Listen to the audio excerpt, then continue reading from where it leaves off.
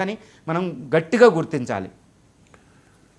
ఇక పైకి మిత్రదేశం అని చెబుతూనే అమెరికా భారత్ మీద టారిఫ్లు విధిస్తోంది, ఆంక్షలు పెడతామని హెచ్చరిస్తోన్న పరిస్థితి. సో ఇక్కడ అమెరికా భారత్ల మధ్య సంబంధాలు నెమ్మదిగా బలహీనపడుతూ ఉన్నాయి. అమెరికాకి భారత్కి సంయుక్తంగా మిత్రదేశం ఇజ్రాయెల్. సో నెతన్యాహు ఇప్పుడు మీడియేషన్ చేస్తే ట్రంప్ వింటారా?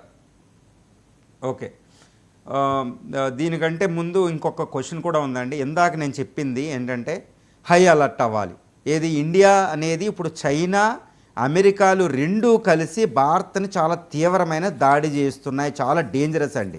ఇక ఒక అసంతృప్తిగా ఇష్టంలాకి చెప్పేస్తున్నా. ఏంటంటే ఇప్పుడు ఇండియా మీద చైనా అమెరికాలు ఇండివిజువల్గా కలిసికట్టుగా వెళ్ళి దాడి చేస్తే పరిస్థితి ఏంటి అంటే, మనం భారత ప్రధాని చాలా హై అలర్ట్ అయ్యాడు అని తెలుస్తుంది. నిన్న భారత ప్రధాని 2 పనులు చేశాడు. ఒకటి ఏంటంటే అర్జెంటుగా పుతిన్ని కాల్ చేయడం, పుతిన్తో చర్చలు జరిపారు, పుతిన్ని ఇండియాకి ఇన్వైట్ చేయడం, అజిత్ దోవాల్ రష్యాలో వాలడం, ఎస్ జయశంకర్ రష్యాలో వాలడం. అంటే పుతిన్కి ఇండియాకి మధ్య ఏదో అండర్స్టాండింగ్ ఉంది. ఎందుకు? చైనా అనేది పుతిన్కి కూడా శత్రువే. 1969 ఇందాక నేను చెప్పినట్టు యుఎస్ఎస్ఆర్ విచ్ఛిన్నం వెనకాల చైనా ఉంది. అమెరికా చైనాలు కలిసిపోయి అనమాట 1969లో చైనా రష్యాని బద్దలు కొట్టడానికి. ఇప్పుడు పుతిన్ ఉమ్మడి శత్రువు అమెరికా ఉండడం వల్ల పుతిన్ చైనాతో కలుస్తున్నాడు. కానీ చైనా అంటే అనుమానమే. దీన్ని రక్షించే శక్తి ఇండియాకు ఉంది. కాబట్టి ఇండియా రక్షణకి పుతిన్ వస్తున్నాడు అని తెలుస్తుంది. అందుకనే ఇండియా ఇబ్బందుల్లో ఉంది. టారిఫ్స్ ఇటు చైనా ఎత్తుగతల వల్ల వెంటనే మోడీ మన భారత ప్రధాని చాలా హై అలర్ట్ అయ్యి ఇటు చైనా అమెరికాలు పన్నాగాలు కనిపెట్టి ఆయన ఏం చేస్తున్నాడు, మోడీకి పుతిన్కి ఫోన్ చేయడం జరిగింది.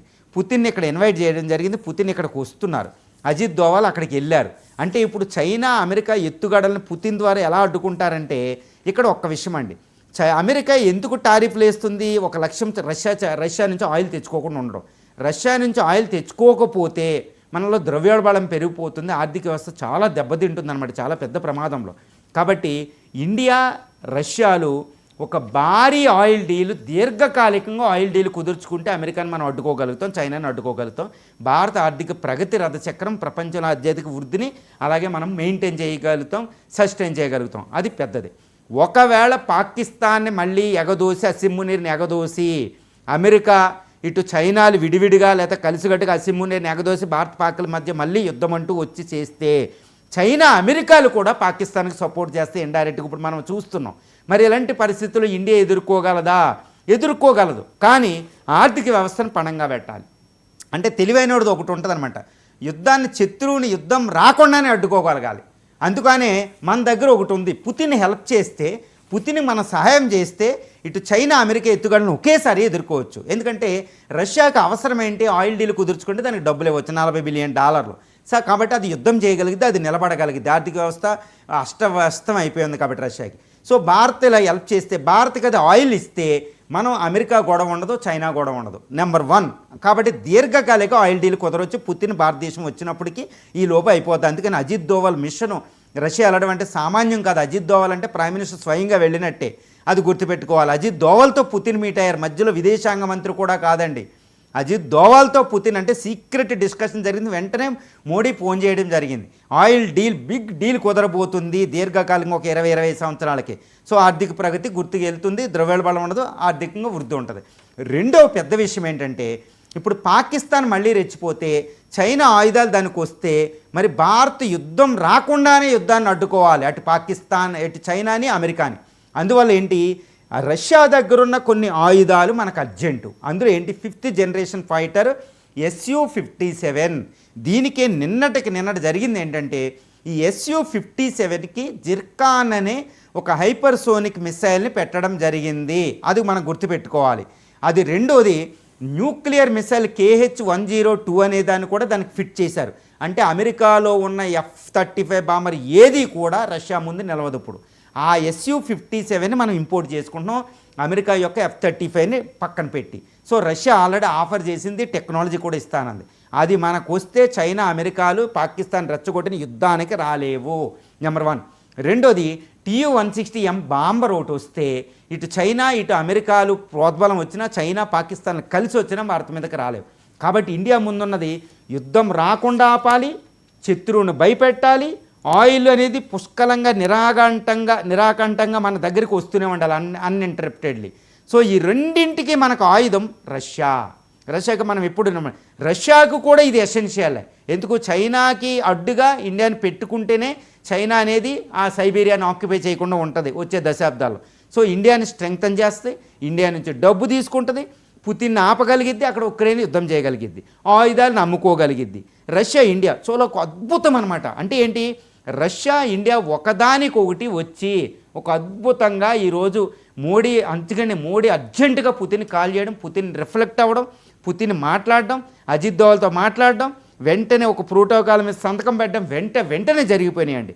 కానీ అందువల్లే రష్యా ఇండియాని స్ట్రెంగ్తన్ చేస్తే, ఇండియా రష్యాని స్ట్రెంగ్తన్ చేస్తే, ఇటు చైనా అమెరికా ఎత్తుగడలు విడివిడిగా కలిసికట్టుగా వచ్చిన, ఇటు పాకిస్తాన్ అసిమ్మునీరు వచ్చిన, ఇప్పుడు రష్యా ఆయుధాలు తిరుగులేని ఆయుధాలే భారత్కి యుద్ధం రాకుండా యుద్ధాన్ని శత్రువుని భయపెట్టవచ్చు, ఆయిల్ డీల్. సో ఒక అద్భుతం. అంటే ఏంటి, మోడీ గవర్నమెంట్ హై అలర్ట్ అయ్యింది. చైనా ఎత్తుగడలు చూస్తుంది, అమెరికా ఎత్తుగడలు చూస్తుంది, వెళ్ళి ఎత్తుగడలు చూస్తుంది. కాబట్టి చాలా జాగ్రత్తగా మోడీ డిప్లొమసీ చేస్తున్నారు. ఒక అద్భుతమైన డిప్లొమసీ. ఇండియా దీని నిష్ణాతురాలు ఈ విషయంలో అని చెప్పవచ్చు. సో ఇండియా తనకు తాను రక్షించుకోవాల్సిన సమయం వచ్చింది.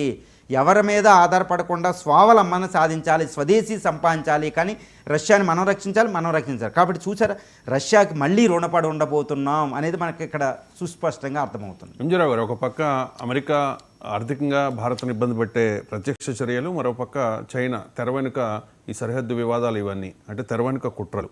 అంటే మామూలుగా అమెరికా చైనా ఈ రెండు కూడా శత్రు దేశాలు కదా. సో ఈ రెండు శత్రు దేశాలు కలిసి భారత్ మీద కక్ష తీర్చుకోవడానికి కలవడాన్ని ఏ రకంగా చూడాలి? ఇది భారత్కి ఇబ్బందికర పరిస్థితి కాదా? ఎస్ అండి. ఇప్పుడు అమెరికా చైనాలు వాటి ఉమ్మడి లక్ష్యం భారత్ని నాశనం చేయడం. మీకు ఇక్కడ ఒకటే చెప్పదలిచాను, చైనా అమెరికా కంటే ఎక్కువగా శత్రు దేశంగా ఎవరు చూస్తుంది అంటే ఇండియానే చూస్తుంది. ఎందుకంటే ఇండియా అమెరికా ఆధిపత్యం అనేది తగ్గుతుంది. ఇంకా అమెరికా శాచ్యురేటెడ్ లెవెల్కి వెళ్ళిపోయింది. కాబట్టి ఇంకా అది ఏం చేసే పరిస్థితి లేదు. ఇక నుంచి వృద్ధి ఇప్పుడు $20 ట్రిలియన్ ఎకానమీ తగ్గుతూనే ఉంటుందండి, అది ఏమీ ఉండదు. కానీ ఇండియా చైనాతో పోలిస్తే చాలా వేగంగా అభివృద్ధి చెందుతుంది. అన్ని విషయాల్లో జనాభా మనకు అనుకూలంగా ఉంది, జనాభా లాభం, డెమోగ్రఫిక్ డివిడెంట్ అన్నీ ఉన్నాయి, వనరులు ఉన్నాయి. సో ప్రపంచంలో ఓల్డెస్ట్ సివిలైజేషన్ పక్కన ఉంటుంది, ఇది ఎదుగుతుంది. కాబట్టి అమెరికా అనేది ఇంకా ఉండదు 2-3 దశాబ్దాల్లో. కానీ ఇండియా అనేది చాలా పవర్ఫుల్ అయిపోతుంది. కాబట్టి చైనాకి పెద్ద శత్రువు ఎవరంటే ఇండియానే. కమ్యూనిస్టు చైనా చాలా డేంజరస్.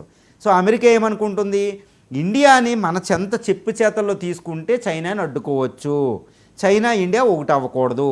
సో వీళ్ళిద్దరికి ఉమ్మడి శత్రువు ఇండియా అయిపోయింది ఒక రకంగా. కాబట్టి అవి రెండు ఉమ్మడిగా మన మీద అటాక్ చేయడానికి ట్రై చేస్తున్నాయి. చాలా డేంజరస్గా ఉన్నాం. కాబట్టి మనం ఇండియాకి ఈ విషయం పూర్తిగా అవగాహన ఉంది. కాబట్టి ఇటు చైనాని నమ్మలేని పరిస్థితి, అటు అమెరికాను నమ్మలేని పరిస్థితి. ఈ రెండు ఇండివిజువల్గా కలిసికట్టుగా భారతదేశం మీద వాళ్ళు దాడి చేస్తున్నారు. దౌత్య నీతిని, ఆర్థిక నీతిని ఉపయోగిస్తున్నారు, మిలిటరీ నీతిని ఉపయోగిస్తున్నారు, చాలా కుట్రలు కుతంత్రాలు చేస్తున్నారు. దీని నుంచి బయటపడాలంటే ఇండియా చాలా హై అలర్ట్గా, ఇందాక నేను చెప్పినట్టు ఆయుధ పరంగా, మిలిటరీ పరంగా కొట్టగలిగి ఉండాలి. చైనా వచ్చినా అమెరికా మీద సూర్య మిసైల్ వేసేటట్టు ఉండాలి. అవసరమైతే SU-57 బాంబర్ దాన్ని తెచ్చుకోవాలి. 5th జనరేషన్ ఫైటర్ నామకాన్ తయారు చేయాలి.